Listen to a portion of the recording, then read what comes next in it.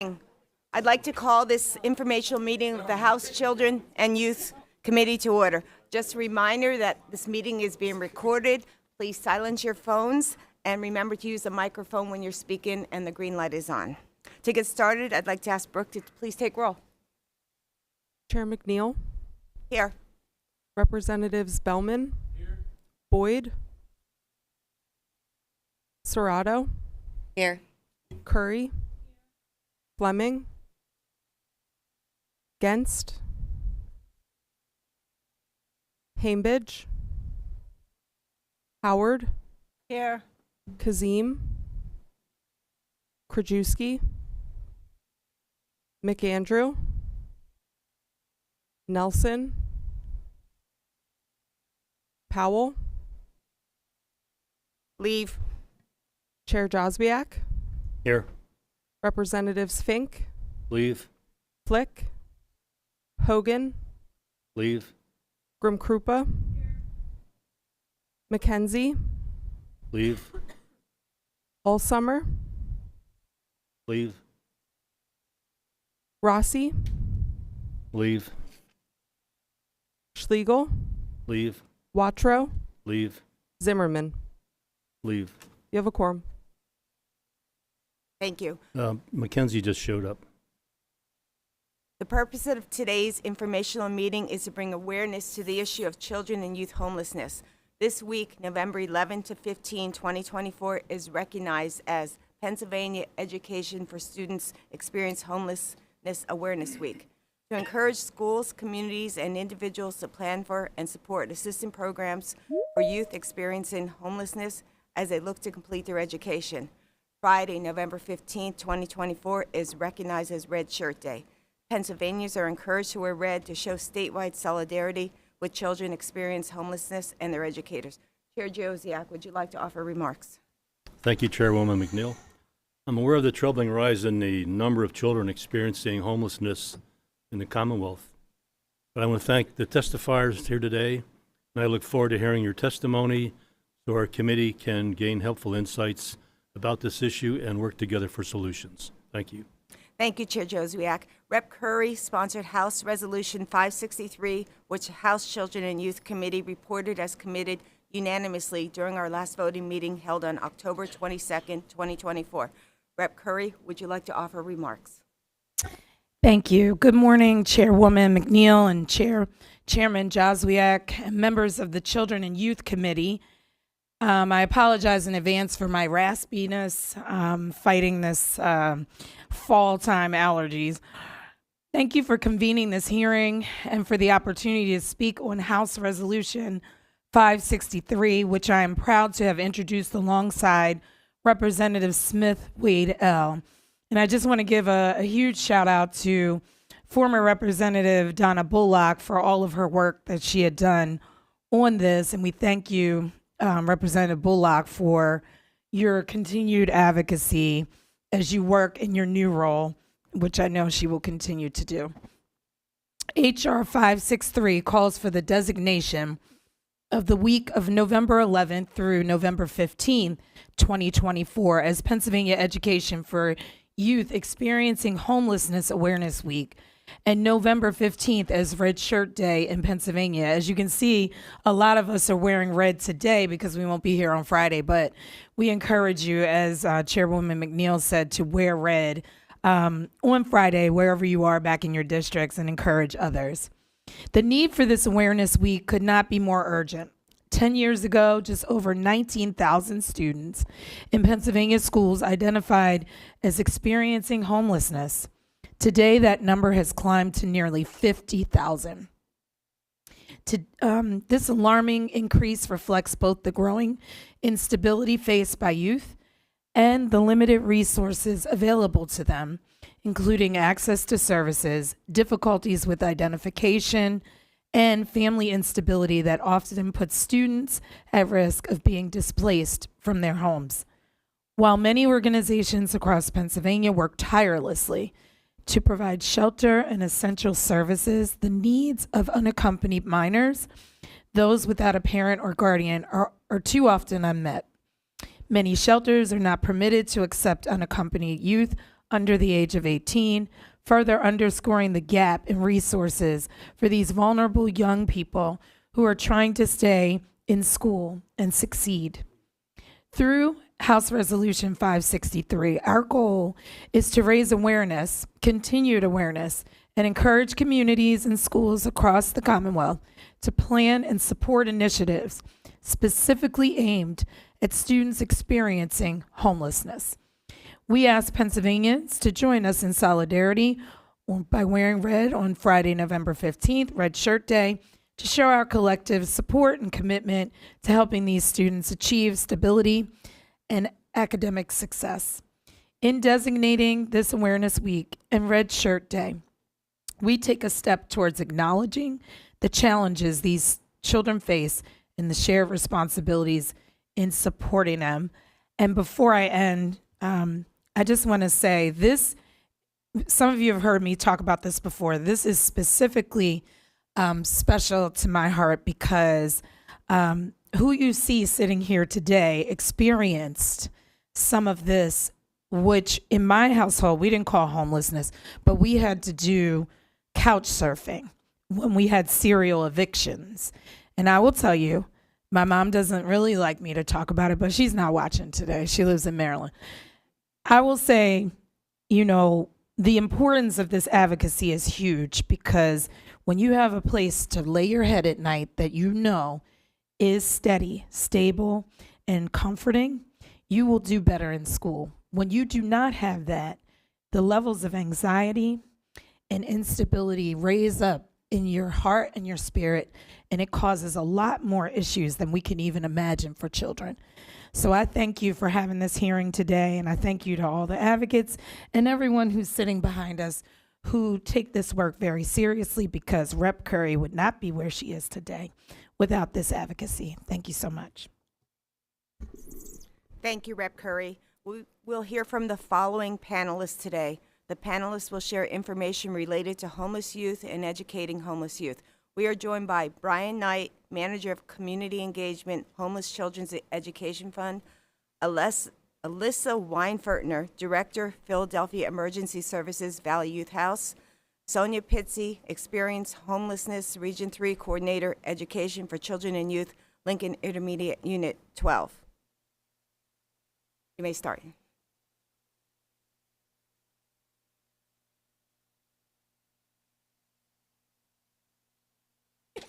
Thanks, guys. Thanks so much, Chairwoman, and thank you for to everyone who came out today to listen and show support to some of the Commonwealth's most vulnerable kids and youth. Especially want to thank all the folks who came out from the PA Youth Homelessness Advocacy Coalition. We've been building a pretty strong coalition of folks across the past couple of years, so folks from Covenant House, Valley Youth House, the regional ECHIA offices. Brian, excuse me, could you get closer to the mic? Oh, of course, sorry. There, that's better, thank you. But yeah, thank you to everyone from our coalition who made it out today, and it's always great to see so many folks showing support. I work for a small Pittsburgh-based nonprofit called the Homeless Children's Education Fund, or HCEF, that works to advance the education of children and youth experiencing homelessness as defined by the federal McKinney-Vento Act throughout Allegheny County. I'm going to go off script very briefly just to set the stage a little bit, because I didn't realize I would be the first person talking, but just to make sure that everybody is aware, the McKinney-Vento Act is a piece of federal education legislation that defines homelessness for all children and youth under 18 throughout the country, and particularly with respect to the school system. And it defines homelessness as lacking a regular, fixed, and adequate nighttime residence. So that includes people who are sleeping in shelters, people who are staying, couch surfing, like Rep. Curry mentioned, people who are doubling up with friends or relatives due to loss of housing or economic hardship, or staying in hotels or motels. All these situations are destabilizing for your life in general, but certainly for your ability to attend and succeed in school as well. And the McKinney-Vento Act provides the right to a couple of really important protections that I think it's important for everybody to be aware of, but not a lot of people are, which is the right to transportation to school district of origin should your homelessness take you outside of your original school district, so that you can maintain educational continuity, because a lot of research suggests that you can lose up to 6 months of schooling or fall behind up to 6 months for each unexpected move. And folks who are couch surfing, bouncing around from place to place, tend to move frequently in the school year. So that's one of the main protections. The other is the right to immediate enrollment in a new school district to prevent long gaps in education while your parents or whomever might be getting together paperwork and enrollment documents. I'm sorry, this is way longer than I wanted it to be. So that's just to set the stage. And each school district has to designate a homeless liaison who is responsible for, carrying that out, implementing that program. And in Pennsylvania, it's administered primarily through regional coordinators, which Sonia, I'm sure we'll talk a little bit more about, called the Education for Children and Youth Experiencing Homelessness program, which is under the Department of Education. So every day in HCEF's work, we see that when you connect young people experiencing homelessness with tutoring, regular transportation to school, systems navigation, all of the things that those school homeless liaisons that I just mentioned and ECHIA staff statewide are always stretching their capacity to provide, they can accomplish great things. Whether it's a second grader going from not knowing all the letters of the alphabet to reading his first Pete the Cat book, which is a huge deal, or a 12th grader deciding to pursue college because they had somebody who was there to walk through the FAFSA with them or figure out scholarships. We see that young people can succeed when they're given these resources. Unfortunately, though, many students across the state don't have access to this type of individualized support, and this lack is borne out in the aggregate outcomes that we see for these students. I'm just going to share some data points with you guys. So 58% of unstably housed students in Pennsylvania were chronically absent from school, meaning they missed at least 10% of classroom instruction time over the year, as compared to only 20% of the total student population. So that's more than double the rate. The 4-year graduation rate in Pennsylvania for the general student population is 87%. Only 68% of unstably housed students graduate on time, meaning they're 2.4 times more likely than the general student population to drop out or delay graduation. This traces a direct line to future homelessness, as research indicates that young adults without a high school diploma are over 4 times more likely to face homelessness or displacement in their young adulthood. Nationally, so those stats were from Pennsylvania specifically. Nationally, high school students experiencing homelessness are over 4 times more likely to attempt suicide and over 2.5 times more likely to be bullied on school property.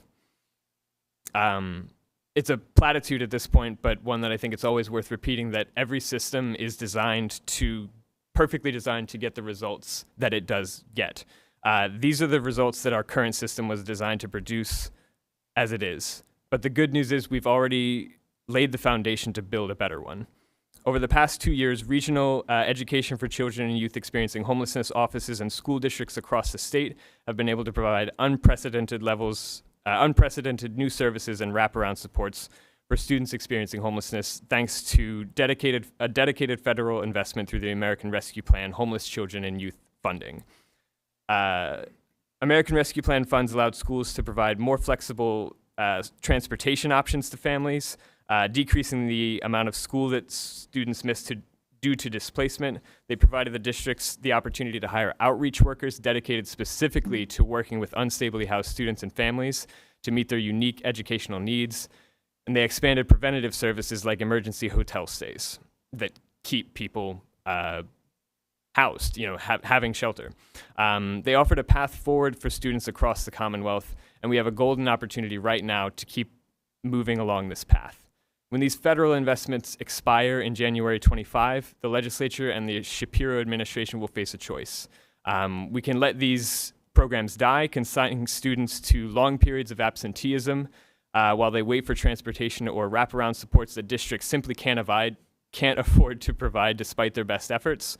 or we can replace these investments with state funds, setting a national precedent for how states should be addressing the growing youth homelessness crisis and ensuring that our most vulnerable students have access to all the opportunities that they deserve. The transportation, enrollment, and wraparound assistance provided by the McKinney-Vento Act and our regional ECHIA office, the McKinney-Vento Act, our regional ECHIA offices, and our local school-based homeless liaisons are our strongest means to ensure that students experiencing homelessness across Pennsylvania have the chance to thrive in school and later in life. But they need our help. They need dedicated, sustainable funding to function appropriately, and I implore you to prioritize this in the coming year. Sorry that was long. Thank you, Brian. Alyssa? Thank you, Brian, for your remarks, and thank you all so much for being here today to discuss the critical issue of students experiencing homelessness. My name is Alyssa Weinfertner, and I'm the Director of Emergency Services Programs in Philadelphia for Valley Youth House, as well as a leader in our Philadelphia Philly Homes for Youth Coalition. I'm here to urge you towards action to increase support statewide for students experiencing homelessness and the Education for Children and Youth Experiencing Homelessness departments, as we've seen a harrowing increase in numbers over the years. New reports from the Pennsylvania Department of Education for school year 2022 to 2023 show that 46,705 children and youth were identified as homeless throughout the Commonwealth, an all-time high.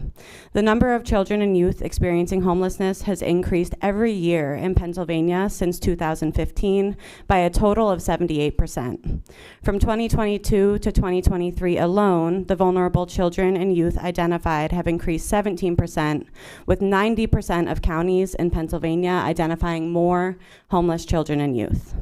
Chairperson McNeil, in your county of Lehigh County, the number of children and youth experiencing homelessness has increased to 1,082 in school year 2023, up 3% from the previous year. Chairperson Joswiak, in your county of Berks County, there were 2,961 homeless children and youth, a 60% increase from the previous year. At this rate of increase, you will have more than 3,000 homeless children and youth in Berks County. Berks County is part of the Department of Education's Homeless Education Regional Structure, Region 2, which has historically identified more homeless children and youth than the urban community of Philadelphia. In Philadelphia, the numbers are well over 10,000. The American Rescue Plan dollars provided critical investment and innovative solutions to address this crisis over the past 2 years, and those dollars are expiring or have already been exhausted with no plan for replacement, and as we are just getting started to truly understand the scope of this issue. At Valley Youth House, we have services for youth and young adults experiencing homelessness in 15 counties across Pennsylvania. I work in Philadelphia and oversee our housing programs for LGBTQ youth, our street outreach program and youth designated access point, and our newest program, funded by ARP dollars, Synergy in Schools. It is through this work that we clearly recognized and understood the concerning correlation between homelessness and educational attainment, with 40% of the youth we serve have dropped out or disengaged from school. Often we met youth after their housing crisis resulted in disruption or separation from school. One youth in particular came to me at 18 years old, recounting her years of sleeping in alleyways and behind dumpsters throughout her junior year of high school, while sneaking into her friend's house while her parents were sleeping so that she could shower and clean up so she wouldn't look like what she was going through. Today, my team's on the street with a 17-year-old who's undocumented and has no place to go, and currently coordinating that as we speak. This story, and unfortunately many others, reveal a system gap in the ability to reach these youth while they were still students and connect them to vital school district resources via the McKinney-Vento Act for more upstream and preventative measures. With the ARP funds and our program Synergy in Schools, we were able to do just that.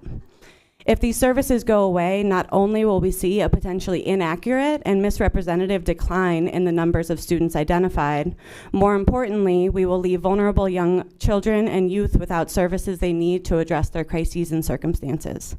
When these issues go unaddressed, as Brian said, it only increases the risk of experiencing homelessness as an adult, including chronic adult homelessness, struggles to gain employment, higher risks of violence, and mental health challenges.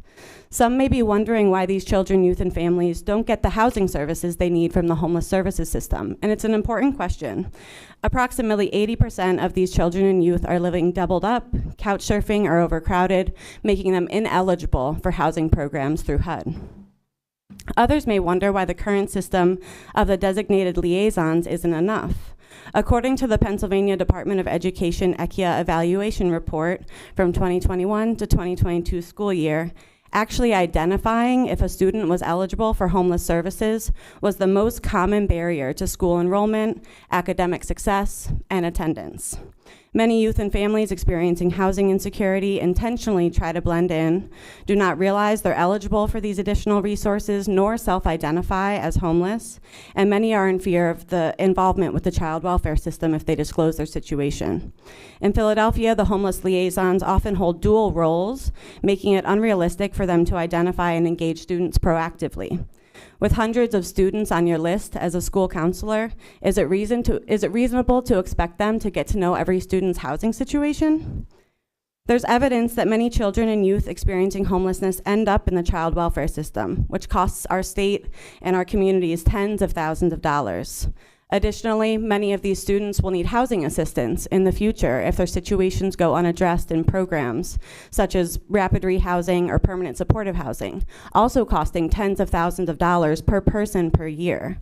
Supporting schools and continuing the ARP funds now means avoiding greater costs later. If we fail to act and invest in the well-being of these students, we are leaving our most vulnerable Pennsylvanians behind. The children, youth, and families we serve are extraordinary, and they move beyond life challenges that many Pennsylvanians can't even imagine. All young people deserve the opportunity to have stability and be able to build up their futures. The need of our children and youth cannot be delayed any longer, and our goal is for all students to be able to learn in both safe classrooms and stable homes. Thank you so much. Thank you, Alyssa. Sonia? Good morning, everyone. I'm Sonia Pizzi. I'm the Region 3 Coordinator for the Education for Children and Youth Experiencing Homelessness. In Region 3, we call it Heck Yeah. You're going to remember that now. The Commonwealth is divided into 8 regions in order to cover all of the school districts in Pennsylvania. This is a very good approach because it allows us to support the education liaisons who are in every single school district, because education liaisons are not only education liaisons, they have multiple hats. So by having a regional office, we can help support them, we can help provide information, guidance, training, all of the things that need to be done, as well as talk to board of directors where they may not feel that they can do that. I don't work for the district, but I can talk to them about the law. As my fellow colleagues have said, I too would like to thank you for allowing us the opportunity to talk about this important topic, students experiencing homelessness. I too have experienced homelessness as a teen who was kicked out of her home from time to time, and school was my lifeline. When we're talking about students experiencing homelessness, we're talking about it as it is defined by the McKinney-Vento Act. As Brian and Alyssa have already explained, we have data to back up the need for the services to these students. We have data that shows the increasing number of students identified as experiencing homelessness under Subtitle 7-B of the McKinney-Vento Act definition. It's important to specifically reference the source of this definition because Subtitle 7-B of this definition is more true to the reality faced by students than HUD's definition. One of the largest identified percentages of students' nighttime status is living doubled up, close to 76% of our students experiencing homelessness. This is not part of HUD's definition.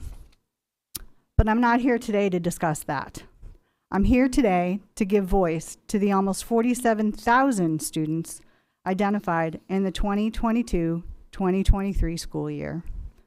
To remind you that behind every number is a face, a true story, a life being lived that we may not otherwise notice. I would like to read a story a student wrote. The only prompt I gave the student was, do you like school? Why or why not? I like school a lot. I have a really nice teacher. She is funny. She likes to do things to help us learn that are fun. I didn't really know my principal. I thought my principal was not funny. I know he is funny because I know him now. We had to leave our house. I don't really know why. We had to go to a hotel. Me and my sister didn't go to school for a couple of days, and my principal called my parents. They were scared. After talking to the principal, my parents told us we were going back to school, and we would be riding a van. I was glad to be going back to school. I missed my friends. I missed my teacher. I wanted to show my artwork. I'm also learning about robots and stuff. I didn't want to miss more school. I'm glad I get a van to go to school. We are not the only ones who get a van. There's another van for the kids that stay here too. They don't go to my school. I'm glad I don't have to go to a different school. I don't know how to make friends like the ones I have. My principal visits me sometimes, and he always tells me a joke now. I like school because of my teacher and my friends. The story I just read to you is word for word as written by a 10-year-old. I did not edit it. I did not provide grammar corrections, which really hurt my brain to not do. And I did not change anything. Admittedly, this student knows who I am and what I do. I say this to point out that a traditional student may have answered differently. A traditional student may not have said why the principal was not funny. A traditional student may not have mentioned their living situation. A traditional student doesn't have to worry about where they're going if they're going to the same school. When the Education for Students Experiencing Homelessness Awareness Week started 11 years ago, I was 18 years into trying to eliminate my job. People did not know what the McKinney-Vento Act was or why it is so important. 11 years later, we still present at schools, for community organizations, businesses, and anyone who will listen, including you folks, to ensure that people know this exists, that we have students, children, who experience homelessness, that these children need to go to school. And there are times when barriers to attendance make that difficult to impossible. There is no other federal program that has the responsibility for and the expertise in finding, engaging, and serving these identified students and upholding their educational rights. Local education liaisons help identify homeless children and youth, help ensure school access and stability, provide direct services, and coordinate with community agencies to meet basic needs. I am very lucky, bless you, to work with great school districts who have assigned education liaisons willing to learn, willing to do what is mandated. And I know that there is still pushback.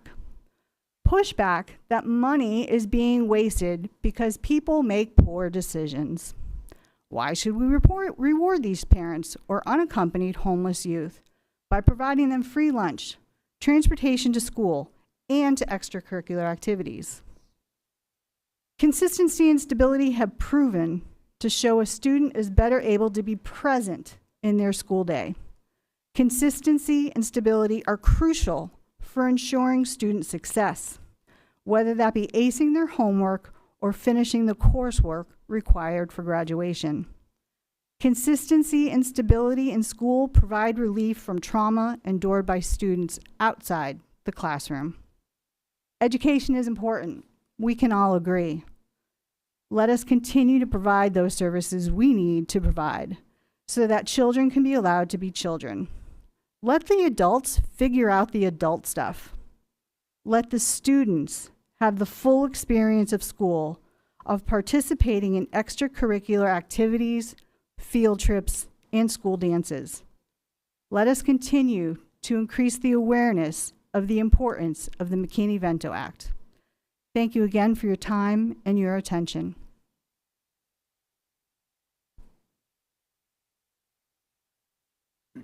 Thank you. Are there any questions from members? Rep. Fleming.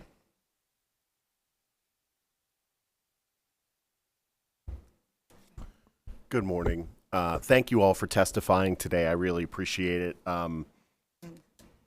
So I had a question about something that Brian testified about, which was that we have a choice to make here in the Commonwealth. When the ARPA funding expires, we can choose to invest state dollars. About approximately what are we looking at in terms of cost if we invest state dollars to continue that program once the ARPA funds run out? We've been asking for about $10 million to the statewide ECHIA program to continue supporting these programs. The original ARP investment was $32 million throughout the state for approximately 2.5 years. So it's still a lower level than that investment, but it would allow a majority of the programs that started to continue. Okay.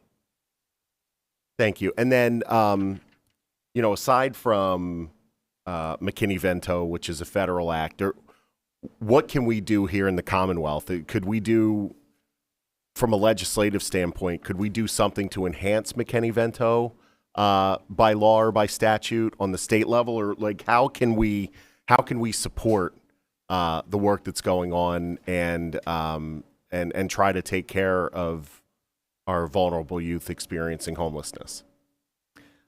I really think the most important thing is getting the resources to the schools that they need to provide transportation and the basic mandates of McKinney-Vento. Because right now, we see in our region that it's frequently schools don't have, I think most people know about the bus driver shortages.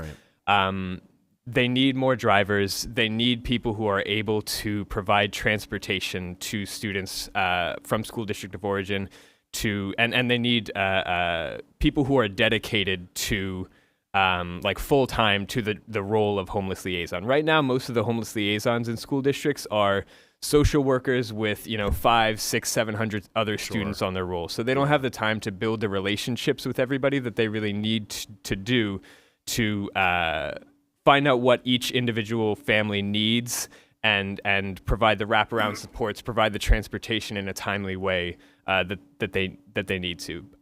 So I think, the transportation is one of the biggest pieces, and it's just, I think it's a matter of investment because, we're seeing students who are waiting 1, 2, 3 or more weeks for transportation that it isn't available, basically. Right. And it's not the school's fault, it's not the ECHIA program's fault, it's because they don't have the resources. Okay. So I don't know how that can be assisted other than to try to train and recruit more drivers for that, because it's not just a Commonwealth problem, it's across the nation. But transportation truly is important. Also, having the support for the liaisons, as Brian said, some of the liaisons are social workers, are in positions where truly they're not in positions of power. Right. And when they're not in a position of power, they will get that pushback. And that's why our offices can help be the support that we can say to the administration or the board why this is important, why this law must be followed. And sometimes that also isn't enough. So we need to have something where it supports the McKinney-Vento Act and holds folks accountable, holds districts accountable, because we also have districts who have liaisons who are administrators, and that makes a difference because the administrators do have a little bit of a power situation, but they also acknowledge that they need help, that they need to make sure that every school building knows about the McKinney-Vento Act. Right. That it's not just one person who's learning about this. It's not just Sonia saying, oh, you have to do this. Right. Some districts have said to me, well, you just want to make everybody homeless.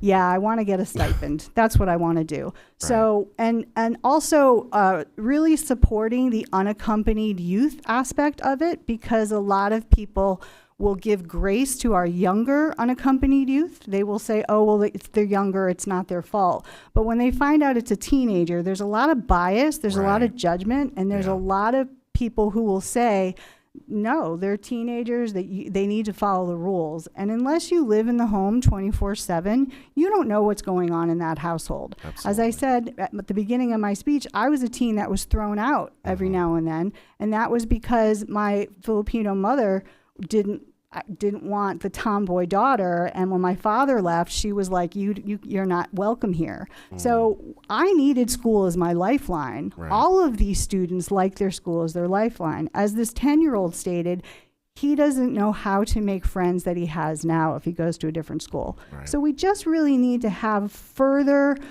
accountability. But what does that look like? Right.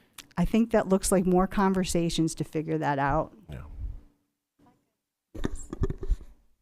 I agree with what both of the other panelists have said. In addition, there are a number of House bills that have been introduced to specifically address youth homelessness. One that would specifically address students experiencing homelessness. I'm going to need to send you all the list after because I can't rattle it off my nervous brain right now, but is to allow 16 and 17-year-olds to consent to services. That would be huge. A lot of the young people we work with don't have contact or aren't like with their families and with their primary, or they don't feel safe with their families, or there's other disruption issues. And so having them be able to build some autonomy in the services they receive would be really impactful.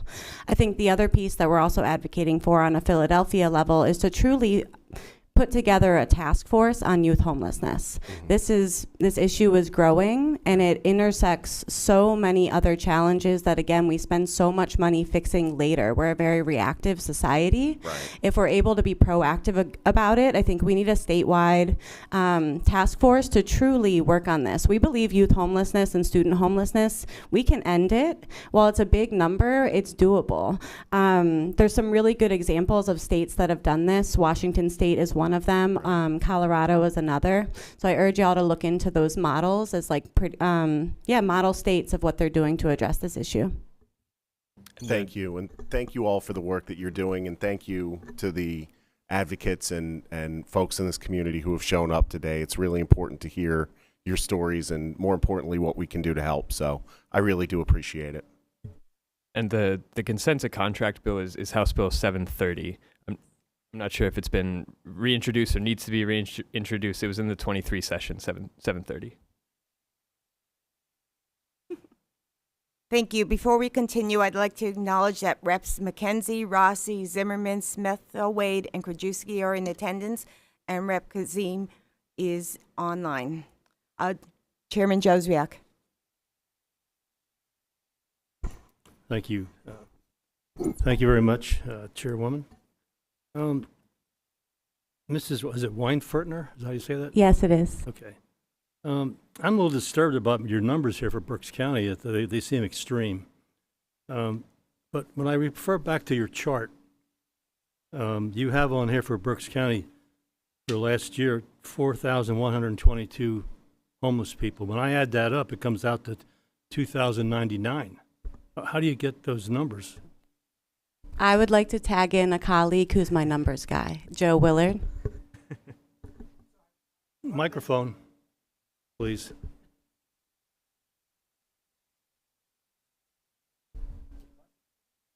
Joe Willard from Hopeful in Philadelphia. Schools are not required to send in numbers if they identify less than 10, and that's why those numbers don't add up. There's only one school district that has less than 10 on this chart. On that chart, on the Yeah. Berks County Yep. chart? And that's for 2022. 2023, they're all listed.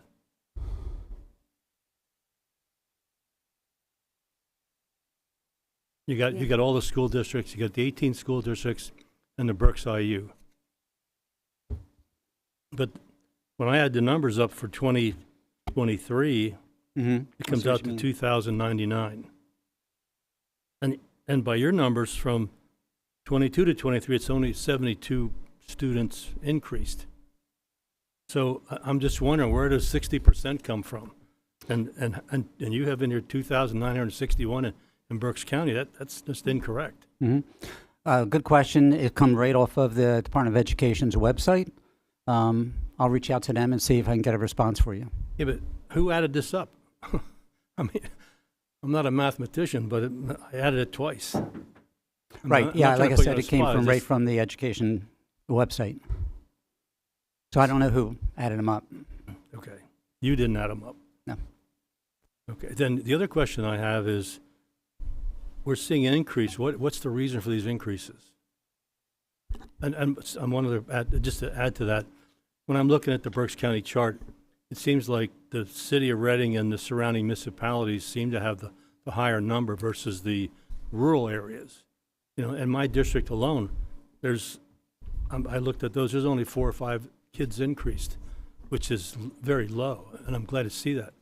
But I am concerned about the other areas where they're growing. Reading especially has the largest number. Yeah. So your question, just to clarify, is why, like the reasons behind the increases? Sure. I think there's a handful of reasons. I think that affordable housing and cost of living has increased. The root of homelessness and housing insecurity is poverty and disparities in wealth, right, and opportunity. And I think as our society continues, cost of living has increased dramatically.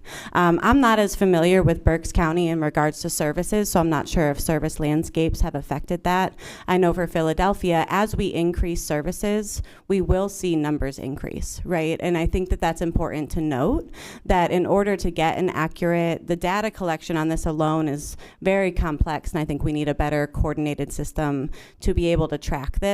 But as we increase services, the goal of the services, at least in Philadelphia, were to identify the students. And so it's our goal to identify more because there's many that haven't been receiving the service. So I think that's important to note with the ARP funds that we'll probably see in the next year as well with the expanded services. And I think it's important then to continue a sustainable funding so we can track it over years to truly understand the number. I think it's been undercounted for many, many years.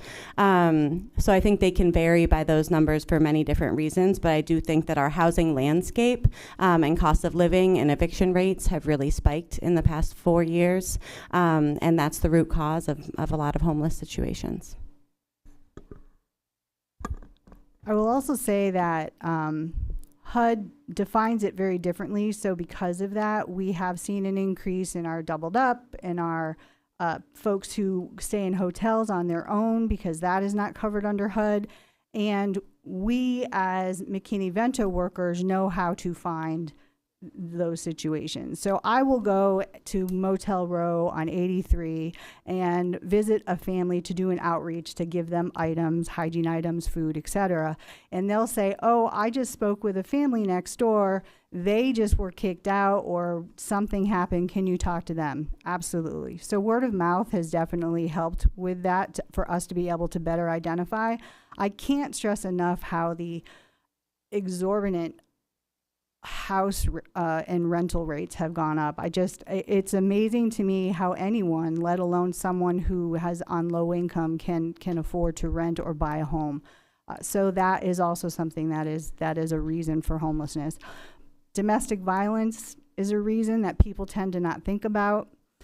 We also have just the things that people do think about: drug and alcohol, mental health. Mental health is on a rise. The crisis is on rise, and because of it, mental health reasons, people are not able to be able to meet basic needs and function at a level that they need to be able to keep a house. And sometimes decisions go to the wayside.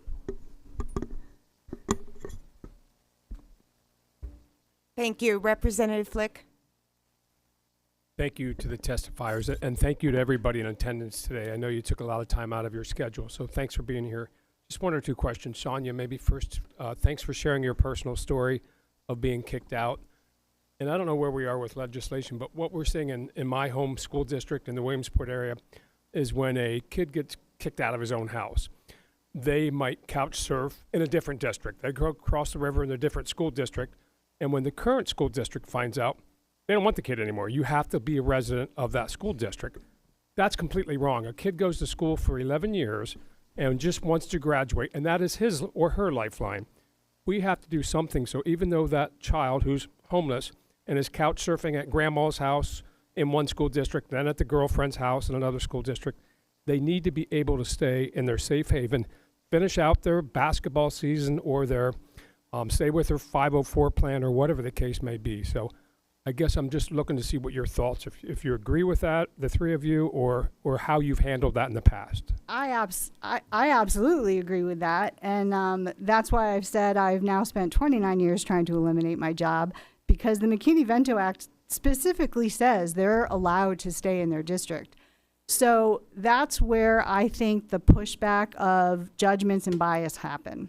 And if you don't have a liaison who is willing to have that conversation, who's willing to then talk to the regional office, if we don't find out about it from the regional end, then we can't help assist with that. If a district is saying, no, we don't want them, and the other district is like, well, we're going to take them, what we have said from in our region is, if you know someone is enrolling into your district and they are experiencing homelessness, or they check off a box that indicates they are in this particular housing situation, stop the enrollment. Stop that enrollment. Let that student or that family know you have the right to attend your school of origin. And let's pause, let's take a beat, let's have that conversation to figure out, are you McKinney-Vento? And if you are, here are your rights. And then put it back on the liaisons in the districts. And that's why it's important that we continue to have training. There, in the Northeast section, our regional coordinator has the largest region to cover. And there are districts that are certainly not following and certainly not talking to their regional office. So they need to stay in school. That's what the law is. The law has been like that. So how do we enforce that law if we're not told about that law? And that's where we can continue to have, again, this awareness and this knowledge that I will come into a district and I will tell you, you have to enroll to keep this kid, and you have to provide transportation. And during the time that it takes to get transportation, as we've said, it can be a challenge, you need to provide education. Right now, that can look like online. We have shown that remote work can happen. We have shown that this is something that we all have the capacity to do. So let's think creatively, innovatively. Our students don't fit in a box. Our students don't fit into any category other than this experience that is chaos, that is traumatizing, and all they want to do is go to school. So how I handle it is, if I find out, I'm coming to that school and I'm going to be talking to them. And I know if the other regional coordinators find out about it, they're the same. And if a liaison wasn't told about it because a building principal may have made the decision, because that has happened, then the liaison will step up and talk to that. So again, it's that key awareness piece and knowing that this is a law that we can't break. Great, thank you. And I completely agree with everything you said. And the creativity part, what I've had to personally do is, the kid gets tossed out and he or she, for me it's basically males, if they're 18 and they're trying to toss them across the river to the other school, I rent them a room for $1 a year if they keep their grades up. And that's it. So you got to get creative and sometimes circumvent the law, because these schools don't follow the law at times. So I just want to thank you for your advocacy. Thank you. Well, you let me know if they're not following the law. I'll get somebody on there. And I would just add to that, schools might be denying enrollment or trying to avoid enrollment for a number of reasons, and sometimes that is due to the cost of transportation. And if those schools had an amount of funding every year that is going specifically toward homeless transportation, I think that eliminates at least one of the barriers and makes things just that little bit much easier for students and their families. All right, thank you. Thank you, Chair. Thank you. Representative McKenzie. Thank you all for speaking to us today. As a member of the Education Committee, as well as Children and Youth, I know that this is a very serious problem. I represent 3 counties, part of Northampton County, part of Lehigh County, and the top part of Montgomery County. And I'm very familiar with the Valley Youth House in the Lehigh Valley and all that they have done. I also am very personally involved in an organization called Family Promise. I don't know if you know about that, but they particularly care for families who are experiencing or on the brink of homelessness that have children. So they take great care in getting those kids to school. But in the top part of Montgomery County that I represent, which is very rural, it gets completely overlooked by Montgomery County services, because those services are primarily geared toward Norristown and the bigger, more Philadelphia-oriented areas. So I've been trying to work with some churches in that area about the homeless situation. But my concern educationally is we have been seeing in the House of Representatives the move to cut the funding for cyber charter schools. And a lot of these kids, even if it's temporarily, they go to the cyber charter school and then till they can get back on their feet and go back to their home district. And I know that there are so many situations that have come to my attention. My son, Representative Ryan McKenzie, had a situation in his district where a young student, a senior in high school, the family was evicted from their apartment, and they lived in their car for a little while. And then his parents came to my son's district office because the school district would not help them in any way.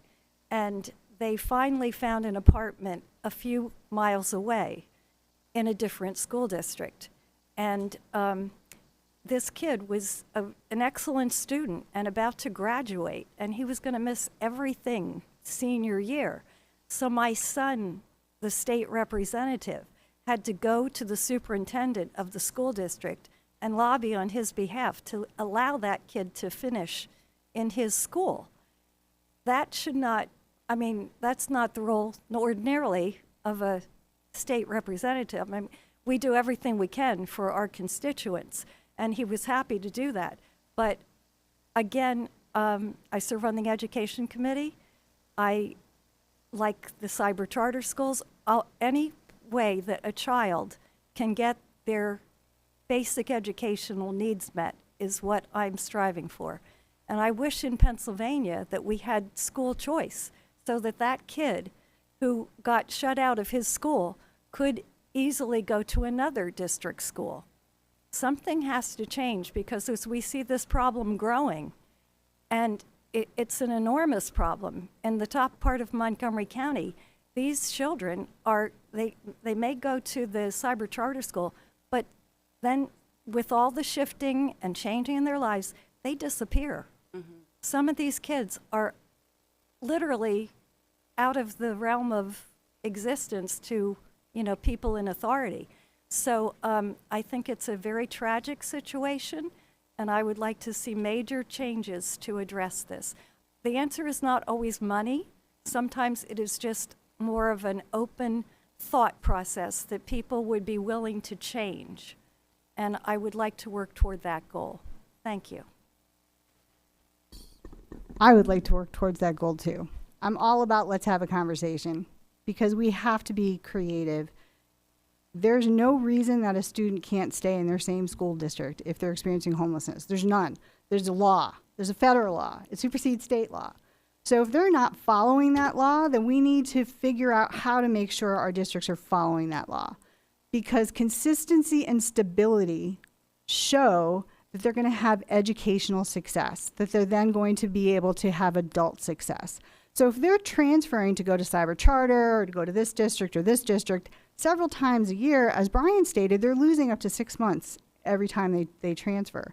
So we want them to stay in their same school. So we have to just have the stronger hammer, so to speak, the stronger encouragement and conversation. It shouldn't take a representative who has power to come in and say that to make people feel, oh gosh, now we have to do this because there's a representative and we don't want to be in the news. However, we need to have something, and we need to be able to have people who are willing to have uncomfortable conversations, because these conversations are going to be uncomfortable, and we know that. But that doesn't mean that they can't be respectful, that they can't show how we can be innovative and creative in making sure that these things can happen. Because success looks like so many different things, but the ultimate success is having them graduate with a high school diploma. Yeah, and thank you so much for sharing your concerns. I think we all agree. I think the other innovative solution that's been tried out, at least in Philadelphia, is contracting service providers to be able to follow these young people. So regardless, and work with them with wraparound services. That's what our program, Synergy in Schools, does in Philadelphia. They work with specific schools, but they also can take any young person across the whole county who's in that situation and help them navigate, because many do go from a district to a charter to, for us, it's less of like other districts, but I think that's more common in rural areas, where not only do the youth get that dedicated person for case management support, family support, mental health, but they also can follow them so youth don't fall through the cracks. The majority, or not majority, but 40% of the youth we see have already fallen through the cracks. They've already left school, some as early as 6th grade. And so really having somebody who's there to engage them, and it really takes dedicated providers who know the law as well as know housing, right? Because we can leverage other housing programs we may have. We can leverage other housing resources to actually help stabilize and address the housing piece as well, while in the meantime ensuring that the educational law is followed, and truly advocate with the liaisons, with the regional coordinators, and hold schools accountable when things like that happen. Thank you. Representative Krajewski. Thank you, Chair. Good morning. Thank you for your work on this. I wanted to ask a little bit more about the homelessness part of the conversation, because obviously this is a wide-spanning issue with a lot of different actors and whose purview it's under. But I do believe as legislators, access to housing for everyone is something that we as legislators are responsible for and can do more of. And so I'm curious if you can speak to what are some of the root causes of homelessness with the youth you're seeing. Is it family separation? Is it engagement in the foster care system, the welfare system? Is it evictions? Is it of housing affordability? Just so that we can start to identify what are some of these areas we have to really double down on to stop the homelessness in the first place. Thank you so much. It's such an important question as we talk about preventative measures and trying to get more upstream interventions. Everything you said, yes. The main things that we see is family conflict, which can encompass substance use, domestic violence, lack of acceptance for LGBTQ youth. About 20 to 40% of young people experiencing homelessness across the nation, some say 20, some say 40, it really depends on the data source and where you're looking at, identify as LGBTQ, and many are kicked out due to that, without a safe alternative to go. Mental health is a big issue, whether that's mental health within the household or with the young person themselves, with that family conflict piece. So one thing we did was get a mental health specialist to specifically focus on the family mediation and family reunification to try to work through what are some of those issues. How can we help resolve that? The affordability of housing, in Philadelphia, you can't find a 1-bedroom under $1,000, let alone as you go up. The fair market rates are, I think, I can't remember right off the top of my head, but for a 1-bedroom, I mean, it's close to $1,300. And we're expecting young people and families with generational poverty and lack of resources, struggles with employment, to be able to afford that. I think we also saw with COVID a big investment in eviction prevention and homeless prevention. That was a massive funding cliff that left. In Philadelphia, there's barely any funding for that and a large, large need. We used to be able to serve thousands, and now it's much more in the hundreds, and we need to be able to invest in preventing the issue initially. So just quickly, are you speaking to, like, I know we had the rental assistance program, that was a huge, is that like the main source of funding you're talking about? The ESG funds that came through COVID were able to provide rental assistance and eviction prevention. And it's important too to have them with providers who can do quick turnarounds with checks. It can be hard when they're at like city or municipality, like access points or kind of intake sites, just because there can be delay in actually addressing the issue. A lot of landlord relations and mediation is huge. And a lot of our young people who are first-time renters, say they're young adults, and almost 40% of them have children themselves experiencing homelessness. They don't know their rights from a tenant's law perspective. So oftentimes they'll be kicked out, not really understand that there's a lease to follow, they have rights as a tenant, and so they'll just leave. They'll be like, I'm $3,000 behind, I'm out. And the landlord's like, okay, like that works for them, and then they lease it to the next person who can pay. So it's a huge issue. There's many root causes of it, and I think, the baseline of it is, I think, poverty, right, and stress that causes, and then that chronic stress leads to violence, right, leads to more family conflict. If you're short on funds for food and you have a teenager who's maybe, you know, like you're having a lot of conflict in the home, we see a lot of people be kicked out for that. And then the young people, even under 18, are asked to then, say they're staying with a cousin, they're expected to pay for groceries, maybe chip in when they're trying to go to school or get back into school. Thank you. And I would just add, I agree with everything that Alyssa mentioned. Most everything is downstream of the lack of affordable housing for us in Allegheny County, certainly. And something that, so we provide after school programming and in shelters, and we work with shelters and other housing providers. And something that we're seeing is just like a lot of backup in family shelters. Like there are no beds available. Because it is taking people so long to find housing that they can afford after they have exhausted, after they've entered shelter.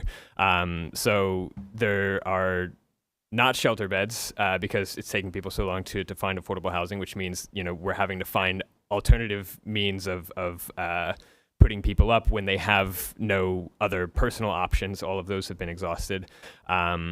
And it's just leading to just longer periods of homelessness.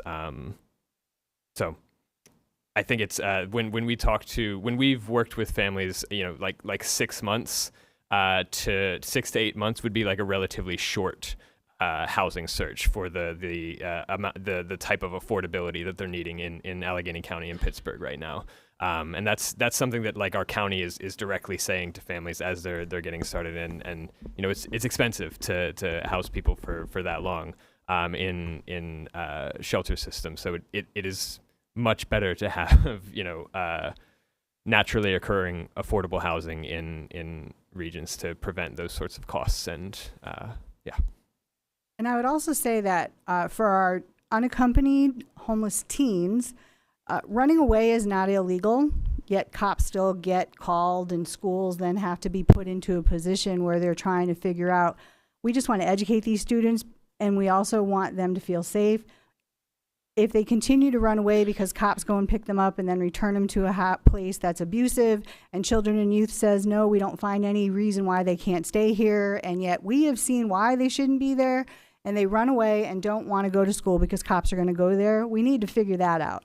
That piece is important, and I think from a state level we can have conversations to figure out how do we make sure that running away is not illegal. So how do these teenagers have rights that are protected, that custodial rights aren't being taken away? We're not asking that, but we're asking to put the safety of these children first. And if children and youth agencies are not able to do that, and schools can only do so much, they're supposed to just educate, yet they're also seeing the after effects of this. And there is no housing for under 18 in my region, and so I think that's also an important thing to look at and help with for the child agencies as well to be able to figure out how they can provide that. Thank you. I'd like to thank all of you for your participation in today's meeting. I hope everyone found the information and dialogue to be useful in determining how we can assist in alleviating this issue. Chairman Josiak, would you like to add any words? Yes, I would. Thank you, Chairwoman McNeil. So I'd like to thank all the testifiers for being here today and explaining the work that you've done, and a lot of it is good. I think that we need a lot more discussion on these issues. We need accurate information, too. We need the correct numbers. And I also, for future discussion, we didn't talk about this today, but how does education eliminate child homelessness? We haven't talked about that, so that's something we need to discuss. So thank you again for being here, and enjoyed the meeting. Thank you. Before we adjourn, I'd like to take a minute to acknowledge our chairman, Josiak, as you go on with your retirement. Thank you for your many years of service to not only your district, but our Commonwealth and community. I want to wish you the best in the next chapter of your life. Thank you. Yeah, thank you very much. Believe it or not, I'll miss this place. You will be missed, sir. A lot of good times here, a lot of fun times, a lot of serious stuff. And I enjoy these meetings because this is how we find stuff out. So please continue all your good work. It's necessary. Thank you. I'd like to make a motion to adjourn. Rep. McKenzie, and a second. Rep. Krajewski. Thank you. We are adjourned.